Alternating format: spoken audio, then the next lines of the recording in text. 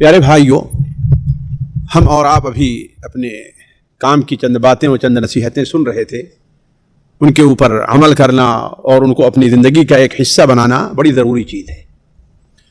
اسی کے ساتھ ساتھ ہمیں یہ چاہیے کہ ہم اپنی زندگی میں قرآن مجید اور فرقان حمید کو اپنی زندگی میں اور اس کا ایک حصہ بنانے کی کوشش کریں۔ ہماری زندگی سے اگر قرآن مجید نکل جائے گا تو اس کا مطلب یہ ہے کہ ہماری زندگی سے برکت نکل جائے گی۔ ہم اور آپ کتنے آج ایسے ہیں جو قرآن مجید کو پڑھنا نہیں جانتے، کتنے ایسے لوگ ہیں جو قرآن مجید کو پہلے بچپن میں پڑھ لیا تھا لیکن آج وہ بھی ہم سے بھول گئے، ہم اس کو یاد نہیں رکھتے۔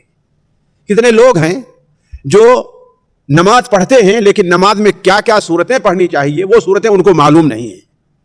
تو قرآن مجید کو ہماری زندگی میں آنا چاہیے اور اسے ہمیں اپنے لیے حفظ جان بنانا چاہیے اور اس کے لیے ہمیں پڑھنے کی کوشش کرنی چاہیے۔ یہ قرآن مجید اللہ تبارک و تعالیٰ نے جو ہمیں اور آپ کو دیا ہے، یہ قرآن مجید اللہ نے ہمارے اور آپ کے لیے، ہماری آپ کی آسانی کے لیے بسا اوقات چھوٹی چھوٹی صورتوں میں تقسیم کیا ہے اللہ تعالیٰ نے، جسے ہر انسان یاد کر سکتا ہے۔ یہ سورہ جزء عامہ کی صورتیں ہیں، سورہ قل اللہ احد ہے، قل فرق ہے، قل اعوذ برب الناس ہے، یہ صورتیں انسان آسانی سے یاد کر سکتا ہے۔ قل یا ایھا الکافرون ہے، یہ انسان اگر اپنی زندگی میں اس کا ایک حصہ بنا لے انہی چیزوں کے پڑھنے کا تو یہ اس کے لیے بڑی برکت کا سبب بن سکتا ہے۔ مثال کے طور پر سورہ اخلاص چھوٹی سی صورت ہے، چھوٹی سی صورت ہے، 4 آیتیں اس کے اندر ہے بس صرف۔ قل هو اللہ احد اللہ الصمد لم یلد ولم یولد ولم یکن لہ کفوا احد، یہ چھوٹی سی صورت ہے لیکن اس صورت کو ہمارے نبی صلی اللہ علیہ وسلم نے یہ بیان فرمایا کہ یہ قرآن کے 1/3 حصے کے برابر ہے۔ قرآن کے اس صورت کو پڑھا تو گویا قرآن کا کسی نے کتنے پارہ پڑھا جی؟ 1/3 کتنا ہوگا؟ 10 پارہ گویا قرآن پڑھا۔ ایک سورت چھوٹی پڑھی جاتی، کتنا پڑھا گویا کہ 10 پارہ قرآن پڑھا۔ اسی لیے نبی صلی اللہ علیہ وسلم اس سورت کی بڑی اہمیت بیان کرتے تھے۔ ایک بار آپ صلی اللہ علیہ وسلم مسجد میں موجود تھے اور صحابہ کرام سے کہا اکٹھے ہو جاؤ، صحیح مسلم کی روایت ہے، اکٹھے ہو جاؤ، ادھر آ جاؤ۔ صحابہ کرام سارے کے سارے آپ کے گرد اکٹھے ہو گئے اور کہا کہ میں تمہارے سامنے قرآن مجید کا 1/3 حصہ پڑھنے جا رہا ہوں۔ کتنا حصہ؟ 1/3 حصہ، یعنی گویا کی 1/3 جسے کہتے ہیں آپ لوگ، گویا کی قرآن مجید کے پورے 30 میں سے گویا 10 پارہ پڑھنے جا رہا ہوں۔ تمام صحابہ کرام جمع ہو گئے اور اطمینان سے بیٹھے، اس لیے 10 پارہ پڑھنے کے اندر کچھ وقت لگے گا، ایسے ختم نہیں ہو جائے گا۔ تو آپ صلی اللہ علیہ وسلم نے صرف سورہ قل هو اللہ احد کی تلاوت فرمائی اور بس، اور اپنے گھر چلے گئے۔ صحابہ کرام نے سوچا کہ آپ صلی اللہ علیہ وسلم شاید کوئی ضروری کام پڑ گیا، یاد آ گیا آپ کو، یا آپ کے اوپر وحی نازل ہو رہی ہے، اس لیے آپ صلی اللہ علیہ وسلم کہاں چلے گئے ہیں؟ گھر چلے گئے، بیٹھے انتظار کر رہے ہیں سب لوگ کہ اگر آپ ابھی آئیں گے تو باقی جو قرآن کا حصہ وہ ہمیں سنائیں گے بھی، تو 10 پارے کا بھی ایک حصہ بھی نہیں ہوا۔ آپ صلی اللہ علیہ وسلم کچھ آئے اور دیکھا صحابہ کرام بیٹھے ہوئے ہیں تو آپ نے فرمایا تم لوگ کیا دیکھ رہے ہو، کیا انتظار کر رہے ہو؟ صحابہ نے کہا اے اللہ کے رسول صلی اللہ علیہ وسلم، آپ نے کہا تھا کہ ہم 1/3 قرآن پڑھنے جا رہے ہیں، اسی کے ہم انتظار میں ہیں۔ آپ نے فرمایا اللہ کی قسم، یہ سورہ اخلاص جو ہم نے تمہارے سامنے پڑھی ہے یہ قرآن مجید کا 1/3 حصہ ہے۔ گویا اس سورت کو اگر کوئی آدمی پڑھ لیتا ہے تو کتنا پڑھ رہا ہے؟ قرآن کا 1/3 پڑھ لے رہا ہے۔ کتنی بڑی اہم سورت ہے، اور ساتھیوں اسی پر بس نہیں ہے، اس سورت کو پڑھنے کی اور ساتھ ساتھ ہمیں اس کے معنی کو سمجھنے کی بھی ضرورت ہے، کیا چیز ہے یہ۔ اسی لیے اللہ تعالیٰ نے اسے اتنی اہمیت دی ہے کہ صحیح بخاری ہی میں ہے، مائی عائشہ رضی اللہ عنہا بیان فرماتی ہیں کہ آپ صلی اللہ علیہ وسلم نے ایک فوجی ٹولی روانہ فرمائی اور اس کا امیر ایک صحابی کو بنا دیا۔ وہ صحابی جب جاتے اور لوگوں کو نماز پڑھاتے تو آخری رکعت کے اندر قل هو اللہ احد ضرور پڑھا کرتے تھے۔ کیا پڑھتے تھے؟ قل هو اللہ احد پڑھا کرتے تھے۔ ان کی اس عمل کو دیکھا کہ اللہ کے رسول کے عمل کے مطابق نہیں ہے، لہذا لوگ ان کے اوپر نقد کرنے لگے، اور آپ صلی اللہ علیہ وسلم کی خدمت میں جب آئے تو شکایت کی کہ یہ شخص تو ایسا کر رہا تھا۔ آپ نے پوچھا، اس سے تم نے پوچھا نہیں، ان سے سوال کیا، تم نے پوچھا نہیں آخر ایسا کیوں کرتا ہے، ایسا کیوں کر رہے تھے وہ؟ تو جب ان سے پوچھا گیا یا آپ صلی اللہ علیہ وسلم نے ان سے پوچھا تو انہوں نے کہا کہ چونکہ اس میں اللہ تبارک و تعالیٰ کی صفت بیان کی گئی ہے اس لیے میں اس صورت سے محبت کرتا ہوں۔ تو آپ نے فرمایا جا کر کے اس سے بتا دو کہ جو تم اس سے محبت کرتے ہو تو اللہ تعالیٰ بھی تم سے محبت کرتا ہے۔ اس صورت کو سے تم محبت، اللہ تعالیٰ اس سے محبت کرتا ہے. تو ساتھیوں یہ صورت بڑی اہم ہے. مجھے اس بات پر آئی کہ صبح و شام جو ہمارے بھائی کہہ رہے تھے ذکر کا، تو اس صورت کو ہمیں اور آپ کو اپنے ذکر کا ایک حصہ بنانا چاہیے. نبی کریم صلی اللہ علیہ وسلم اس صورت کو کتنا پڑھا کرتے تھے؟ فجر کی جو 2 سنتیں پڑھتے تھے، پہلی رکعت میں قل یا ایھا الکافرون، دوسری رکعت میں قل هو اللہ احد، آپ پڑھا کرتے تھے. وتر کی نماز میں آخر کی 2 رکعتوں میں، 3 رکعت وتر ہوتی ہے نا، آخر کی 2 رکعت، پہلی رکعت میں سبح اسم ربک الاعلی اور دوسری رکعت میں قل یا ایھا الکافرون اور تیسری رکعت میں قل هو اللہ احد پڑھا کرتے تھے. آپ لوگ عمرہ کرنے جاتے ہیں، نبی کریم صلی اللہ علیہ وسلم نے جب حج کیا تھا، حج کے موقع پر جب آپ نے طواف کیا اور طواف سے فارغ ہو کر کے مقام ابراہیم پر نماز پڑھنے گئے تو آپ نے پہلی رکعت میں قل یا ایھا الکافرون، دوسری رکعت میں قل هو اللہ احد پڑھا. نبی کریم صلی اللہ علیہ وسلم ہر فرض نماز کے بعد آپ آیت الکرسی کے بعد قل هو اللہ احد، قل اعوذ برب الفلق، قل اعوذ برب الناس پڑھا کرتے تھے. بلکہ عقبہ ابن عامر کی روایت ہے کہ نبی کریم صلی اللہ علیہ وسلم نے ارشاد فرمایا، اے عقبہ، اللہ تعالیٰ نے ہمارے اوپر یہ صورتیں نازل کی ہیں، جو آدمی صبح کو 3 بار پڑھے گا تو اللہ تبارک و تعالیٰ اس کی تمام مشکلات کو دور کر دے گا. تو یہ صورت سورہ الاخلاص، اس کے ساتھ قل اعوذ برب الفلق، قل اعوذ برب الناس، یہ صورتیں صبح اور شام یہ پڑھنے کی صورتیں، ان کا اہتمام کرنا چاہیے. اب اگر ہم اس صورت کے فضائل بیان کرنا ہے، صورت کے فضائل، خاص طور سورہ الاخلاص کے فضائل بہت زیادہ ہیں. بلکہ آپ صلی اللہ علیہ وسلم نے ایک صحابی سے، صحیح بخاری میں روایت ہے، آپ صلی اللہ علیہ وسلم نے ایک صحابی سے ان کے بارے میں کہا گیا، قباء کے اندر وہ امام تھے، امامت کرتے تھے، وہ سب سے پہلے سورہ فاتحہ کے بعد قل هو اللہ احد پڑھتے، اس کے بعد کوئی اور سورت پڑھتے لمبی سی. ہر نماز کے اندر ان کا روزانہ ان کا یہ معمول تھا. تو ان سے لوگوں نے کہا کہ ایسا کیجئے، یا تو آپ صرف یہی سورت پڑھیے، دوسری سورت کیوں ملاتے ہیں؟ یا کوئی دوسری سورت اس کو آپ نہ پڑھیے، اس کو نہ ملائیے. تو انہوں نے کہا کہ نہیں بھائی دیکھو، اگر ایسے ہی میں امامت کروں گا، اگر میرے پیچھے امامت کرنا ہے، مجھے میرے پیچھے نماز پڑھنا ہے تو پڑھو، ورنہ میں امامت نہیں کرتا. لیکن چونکہ لوگ ان سے محبت کرتے تھے اور سب سے اچھے تھے، قرآن پڑھے ہوئے تھے، وہ خاموش ہو گئے. اور جب آپ صلی اللہ علیہ وسلم کے پاس خبر گئی تو آپ نے فرمایا کہ ایسا وہ کیوں کر رہے ہیں؟ تو کہا کہ مجھے اس سے محبت ہے. تو آپ نے فرمایا اس کی محبت تمہیں جنت میں لے جائے گی، یا اس کی وجہ سے اللہ تعالیٰ تم سے محبت کرتا ہے. تو اس صورت کے فضائل بہت زیادہ ہیں. لیکن ساتھیوں، ہمیں جو سب سے اہم ہے سوچنا چاہیے کہ آخر اس صورت کے اندر اللہ کیا فرما رہا ہے کہ اتنی اہمیت اس صورت کی بیان کی گئی. اس میں اللہ کیا فرما رہا ہے؟ صرف 4 جملے ہیں ساتھیوں. پہلا جملہ ہے قل هو اللہ احد. آپ یہ کہہ دیجئے کہ اللہ اکیلا ہے، اللہ اکیلا ہے، وہاں پر کوئی اور نہیں جو کسی کی مشکل دور کرے. دنیا مسلمانوں کے نزدیک کوئی اور نہیں ہے کہ مسلمان اس کو سجدہ کرے. مسلمانوں کے ہاں اللہ کے علاوہ غوث اعظم کوئی اور نہیں ہے. مسلمانوں کے یہاں دستگیر اللہ کے علاوہ کوئی اور نہیں ہے.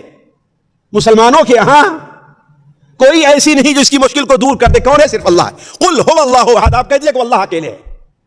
اس لیے کہ جب آپ صلی اللہ علیہ وسلم مدینہ منورہ بلکہ مکہ مکرمہ ہی میں آپ نے یہ دعوت دی تو جانتے ہیں آج بھی لوگ کہتے ہیں کہ یہ جو وہابی لوگ ہیں ان تو ولی کو مانتے ہیں، ان کے پاس کوئی ولی ہے ہی نہیں. ہے کہ نہیں؟ بتاؤ کس کو ولی مانتے ہو تم؟ کس کے بھروسے رہو؟ کون تمہاری سفارش کرے گا قیامت کے دن؟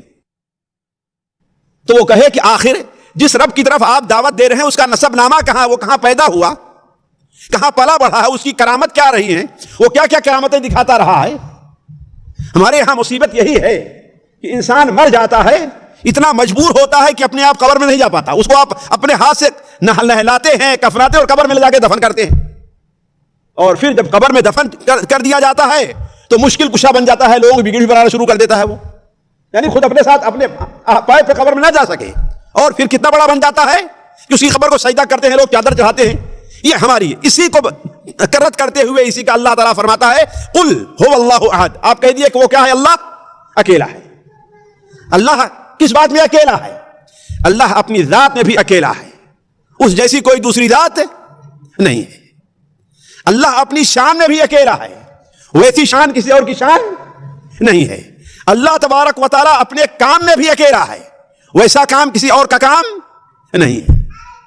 اللہ تعالیٰ کی شان ہی نرالی ہے، کوئی اس جیسا نہیں ہے.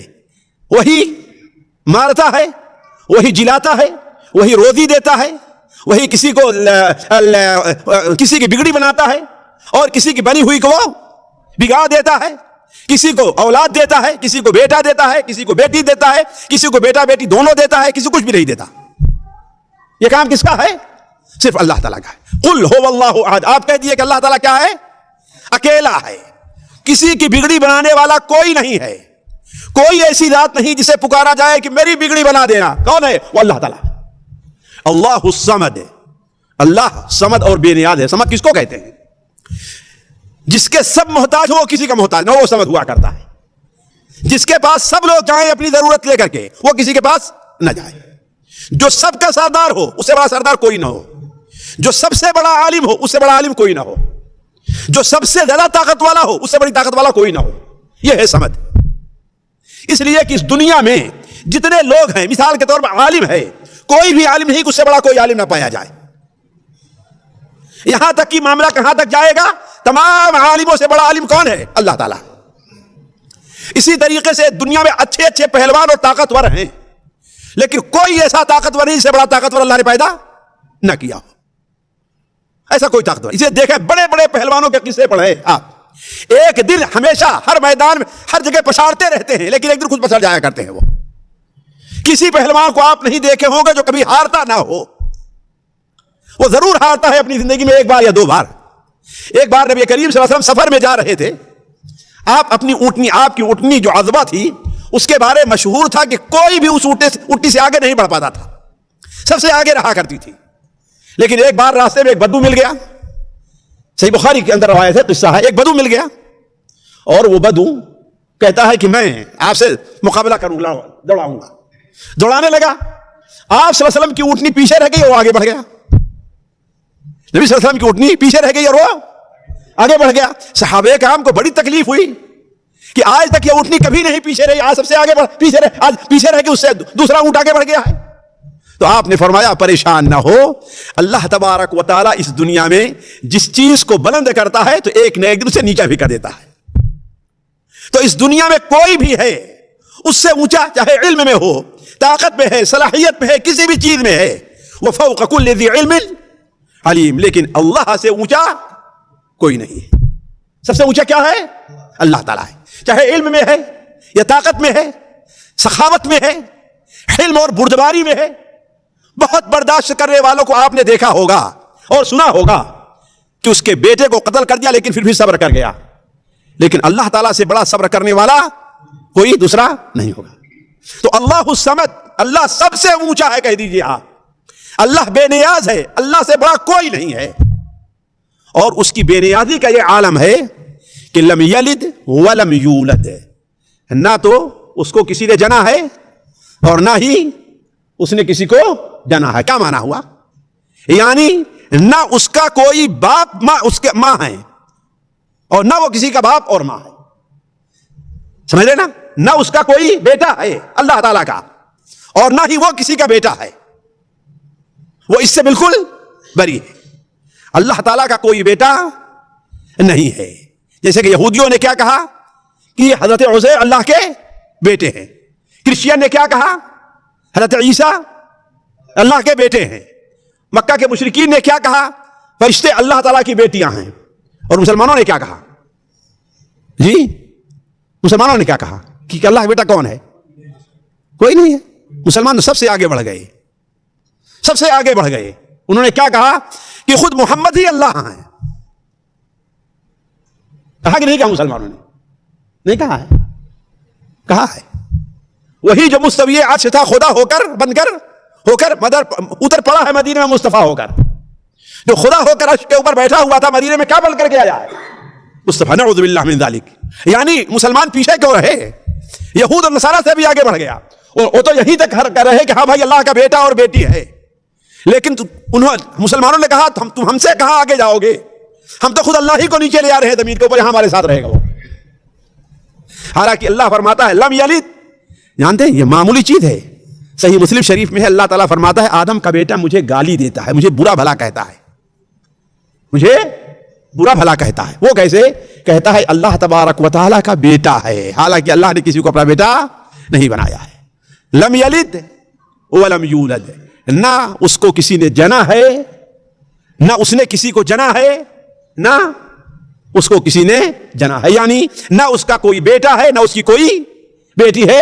اللہ تبارک و تعالی، اسی لیے اللہ تعالی نے فرعون کے بارے میں کیا فرعون کیا کہتا تھا کہ ہاں بھائی انا ربکم الاعلی، میں تمہارا سب سے بڑا خدا ہوں، لیکن اتنا مجبور تھا کہ اپنے لیے بیٹا نہیں پیدا، اس کے پاس بیٹی ہی بیٹی تھی، بیٹا نہیں تھا اس کے پاس، فرعون کے پاس بیٹا نہیں تھا، اسی لیے موسیٰ علیہ السلام کو اپنا بیٹا بنایا ہے نا، موسیٰ علیہ السلام کو اپنا بیٹا بنایا ہے، حالانکہ دنیا میں انا ربکم الاعلی، تو کہنے کا مطلب ہے کہ اللہ تبارک و تعالیٰ کی علامت یہ ہے، اسی لیے قرآن مجید میں ایک جگہ نہیں، دو جگہ نہیں، جگہ جگہ اللہ تعالیٰ اس کی تردید کی ہے کہ اللہ کا کوئی بیٹا اور کوئی بیٹی، اس لیے کہ بیٹا ہونا ایک قسم کی مجبوری ہے انسان کے ساتھ، کہ مجبور ہے کہ اس کے بعد اس کی گدی کو کون سنبھالے گا؟ اس کا بیٹا سنبھالے گا۔ آپ کے مر جانے کے بعد آپ کی زمین کس کو ملے گی؟ جی بیٹے کو ملے گی۔ آپ کو کس سے ملی ہے؟ آپ کے باپ سے ملی ہے۔ آپ کے باپ کو کس سے ملے ہوگی؟ ان کے باپ سے ملی ہوگی۔ یہی سلسلہ تو ہے کہ نہیں سلسلہ ہے؟ لیکن اللہ تعالیٰ نہ مرنے والا ہے، ہمیشہ سے ہے، اور ہمیشہ اسے اولاد کی ضرورت کیا ہے؟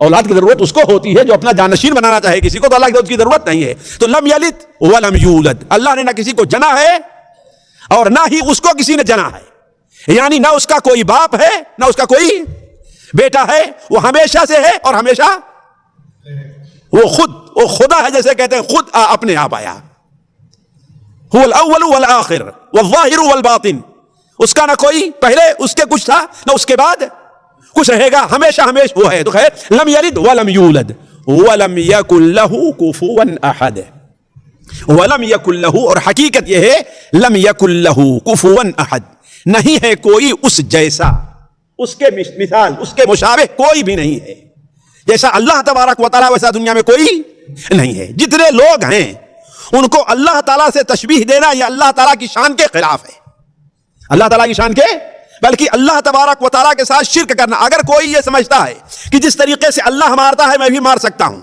جس طریقے سے اللہ جلاتا ہے میں بھی جلا سکتا ہوں، جیسے اللہ تعالیٰ بارش نازل کر سکتا ہے میں بھی بارش نازل کر سکتا ہوں، جیسا کہ حضرت ابراہیم علیہ السلام کے واقعے میں ہے نا، حضرت ابراہیم علیہ السلام جب دعوت پیش کیے تو ایک حاکم اس وقت گیا تھا بدماش، اور رب بنا بیٹھا تھا، حضرت ابراہیم علیہ السلام سے کہتا ہے کہ فمن ربک، تمہارا رب کون ہے؟ اے ابراہیم تمہارا رب کیا ہے؟ تو ابراہیم علیہ السلام نے کہا کہ میرا رب وہ ہے جو مارتا ہے اور جلاتا ہے، هو یحیی و یمیت، وہی مارتا اور جلاتا ہے۔ ساتھیو دنیا میں کوئی بھی ایسا انسان نہیں ہے، کوئی بھی ایسی ذات نہیں ہے، نہ انسان ہے نہ فرشتہ ہے جو کسی کو مارتا اور جلاتا ہو۔ اسی لیے بسا اوقات دنیا کے سارے لوگ مل کر کے کسی انسان کے مارنے کی کوشش کرتے ہیں لیکن نہیں مار پاتے۔ ہمارے نبی صلی اللہ علیہ وسلم کو معمولی لوگوں نے کوشش کی ہے مارنے کی، معمولی کوشش کی ہے۔ تو حضرت ابراہیم علیہ السلام سے اس نے پوچھا کہ تمہارا رب کیا ہے؟ ابراہیم علیہ السلام نے کہا کہ میرا رب وہ ہے جو مارتا اور جلاتا ہے۔ اس نے کہا یہ کون بڑی بات ہے، تو میں بھی کر لیتا ہوں، وہ کہا کر لیتا ہوں میں، وہ بھی کہا کہ ٹھیک ہے۔ دو قیدی کو بلایا، ایک قیدی وہ تھا جو پکا مجرم تھا، اسے قتل ہونا تھا، اور ایک قیدی وہ تھا جو معصوم تھا، اس نے کبھی کوئی گناہ نہیں کیا، اس نے کبھی کوئی گناہ نہیں کیا تھا۔ تو جس نے کوئی گناہ نہیں کیا تھا، جسے زندہ رہنا تھا، اسے قتل کر دیا، اور جو مجرم تھا اسے قتل ہونا تھا اسے چھوڑ دیا، کہا یہ دیکھو اس کو مرنا تھا ہم نے اس کو جلا دیا، اس کو جینا تھا ہم نے اس کو مار دیا، یہ تو میں بھی کر سکتا ہوں۔ ابراہیم علیہ السلام نے کہا کہ اچھا، اس لیے اللہ تعالیٰ نبیوں کو اللہ تعالیٰ مناظرہ کرنے کا بڑا اچھا فن دیتا ہے، بڑا اچھا فن دیتا ہے، اچھی طریقے سے مناظرہ کرنا جانتے ہیں۔ حضرت ابراہیم علیہ السلام نے کہا کہ اس طریقے سے اگر ہم اس کو سمجھاتے رہیں موت اور زندگی کا فلسفہ کیا ہے تو سمجھے گا نہیں۔ کہا اچھا تم یہ کر سکتے ہو تو ٹھیک ہے، یہ بتاؤ میرا رب سورج کو مشرق سے نکالتا اور مغرب میں ڈبو دیتا ہے، تم ایسا کرو کہ مغرب سے نکالو اور مشرق میں ڈبو دو۔ اگر تم رب ہو، تمہارا رب کیا کرتا ہے؟ روزانہ سورج کہاں سے نکلتا ہے؟ پورب سے نکلتا ہے مشرق سے، اور کہاں ڈوبتا ہے؟ پچھم میں جا کر کے۔ تم ایسا کرو کہ ایک دن سورج کو پچھم سے نکال کر کے پورب کی طرف ڈبو دو۔ اب خاموش ہو گیا، کوئی آواز اس سے بات ہی نہیں بن پا رہے، کیا کرے؟ تو اللہ تبارک و تعالیٰ کی طرح کوئی بھی نہیں ہے، نہ مارنے میں، نہ جلانے میں، نہ کھلانے میں، نہ فیصلہ کرنے میں۔ اسی لیے ساتھیو اللہ تعالیٰ کا جو فیصلہ ہوتا ہے اسے ہر انسان کو سمجھنا چاہیے کہ یہ فیصلہ کیا ہے، حق کے اوپر ہے۔ ہمارا فیصلہ غلط ہو جائے گا، اللہ کا فیصلہ ہماری طرح سے نہیں ہوتا ہے۔ مجھے ایک بات یاد آئی، میں آپ کے سامنے رکھ دوں کہ کس طریقے سے اللہ تبارک و تعالیٰ کا فیصلہ حق ہوا کرتا ہے۔ ایک بڑے عالم ہیں، ان کی زبانی ایک بار میں نے سنا، بس اسی بار میں اپنی بات ختم کر رہا ہوں۔ وہ بیان کرتے ہیں کہ ایک بار میں نماز پڑھا کر کے نکلا مسجد سے، تو ایک شخص دروازے پہ کھڑا ہو گیا، کہا کہ تمہیں اس مسجد میں خطبہ دیتے ہو؟ کہا کہ ہاں۔ تمہیں اس مسجد کے امام ہو؟ کہا کہ ہاں۔ کہا اچھا یہ بتلاؤ کہ ایک شخص جو اسی دکان میں کام کرتا تھا, روزانہ دکان کھولتا تھا, شریف آدمی تھا, اپنے بچوں کا پیٹ پالتا تھا, اور آج ایسا ہوا کہ باہر ایک شور سنائی دیا تو اس اپنا سر نکال کر کے وہ شخص دیکھنے لگتا ہے تو اچانک ایک گولی آتی اس کے سر میں لگی اور وہ ختم ہو گیا. ختم تو نہیں ہوا, البتہ یہ ہے کہ وہ بالکل اپاہج ہو گیا ہے, اس کے ہاتھ پیر اب کام نہیں کرتے. تو آخر اس کی کون سی غلطی تھی؟ یہ غریبوں اور مسکینوں اپنے یتیم اپنے بچوں کی پرورش آخر اس کی غلطی کیا تھی کہ جو اس نے ایسا کیا ہے؟ تو اب مولوی صاحب کہتے ہیں مجھ سے کوئی جواب نہیں بن پایا بھائی میں کیا بتاؤں, لیکن کہا ہمیں اتنا یقین ہے کہ اللہ تعالیٰ کا فیصلہ سچ ہوتا ہے, اللہ تعالیٰ کا فیصلہ حق ہوتا ہے, مجھے اتنا یقین ہے. کہا کہ ابھی 10 دن گزرے تھے یا 20 دن گزرے تھے تو میرے مسجد میں جو مدرسہ چلتا تھا اس کا جو پرنسپل تھا وہ مجھ سے بتانے لگا, کہا کہ آج سے ٹھیک 20 دن پہلے کی بات ہے کہ ایک شخص میں نیچے مندر پر ہوں, میرے اوپر رہتا ہے, وہ اوپر رہتا تھا, وہ اپنے بھتیجوں کا حق مارے ہوا تھا, اپنے بھتیجوں کو ان کا حق نہیں دے رہا تھا. بھائی کے انتقال کے بعد ساری ان کی جائیداد پر قبضہ کر لیا ہے اور وہ بھتیجے بیچارے در در پھر رہے ہیں. لوگوں سے سفارش کی, یہاں تک کہ فلاں شیخ جو بڑے عالم ہیں ان سے سفارش کیا کہ جا کر کے ان سے ایک پاس گیا کہ ان سے کہو کم سے کم میرا جو حق بنتا ہے میرے والد کا وہ تو دے دے, لیکن دینے کے لیے تیار نہیں. چنانچہ ان شیخ نے بلوایا اس کو اور کہا کہ بھائی اللہ سے ڈرو, تمہارے بھتیجے ہیں, تمہارے بچے ہیں, تمہارے خاندان, ان کو تو ان کا حق دے دو نا. تو ان کے ساتھ بدتمیزی سے پیش آتا ہے. آپ کون ہوتے درمیان میں دخل دینے والے؟ یہ میرا معاملہ ہے اور ان کو معاملہ ہے, جاؤ ان کو جہاں جانا ہے. آپ کون ہوتے درمیان میں دخل دینے والے؟ آپ کا کیا حق بنتا ہے؟ تو ان مولوی صاحب نے جو قاری صاحب تھے انہوں نے بلوایا ان بچوں کو اور کہا کہ بچوں دیکھو وہ حق دینے کے لیے تیار نہیں ہے, اور اگر تم کیس لے جاؤ, کورٹ میں اپنا کیس لے جاؤ تو تمہارا چچا ہے, معاملات کیا ہیں اور بگڑتے جائیں گے, اختلاف بڑھتا جائے گا, کورٹ میں کس کے حق میں فیصلہ ہوتا ہے. ایسا کرو یہ سب کچھ چھوڑ دو تم اور اللہ تبارک و تعالیٰ سے دعا کا دروازہ کھٹکاؤ کہ اللہ تعالیٰ اس مسئلے کو حل کر دے. کہا شیخ نے یہ بات رات کے ٹھیک 9 بجے ان بچوں سے کہی تھی. کہ بجے ٹھیک 9 بجے راتوں نے. دوسرے دن صبح کو دن کو 9 بجے جسے گولی لگتی ہے یہ وہی شخص تھا جو بچوں کا مال ہڑپ کیے ہوئے. ظاہر دیکھنے والوں نے کہا کہ ہاں اس کے اوپر ظلم ہو رہا ہے, لیکن حقیقت میں تو ایسے بہت سے چیزیں. تو بات یہاں سے نکلی تھی کہ اللہ تبارک و تعالیٰ کی طرح کوئی بھی نہیں کسی بھی چیز میں, نہ فیصلہ کرنے میں, نہ روزی دینے میں, نہ اپنی ذات میں, کسی بھی چیز میں اس طرح کوئی ہے ہی نہیں ہے. لیسا کمثلہ اس کے مثل کوئی نہیں ہے. تو ساتھیوں بات یہاں سے نکلی تھی کہ یہ قرآن مجید کی جو چھوٹی چھوٹی صورتیں ہیں انہیں ہمیں اور آپ کو اپنی زندگی کا ایک حصہ بنانا چاہیے. ہمیں اور آپ کو ان کا پڑھنا ہے, ان کا سمجھنا ہے, ان کا سیکھنا ہے, اس کے لیے کوشش کرنی چاہیے.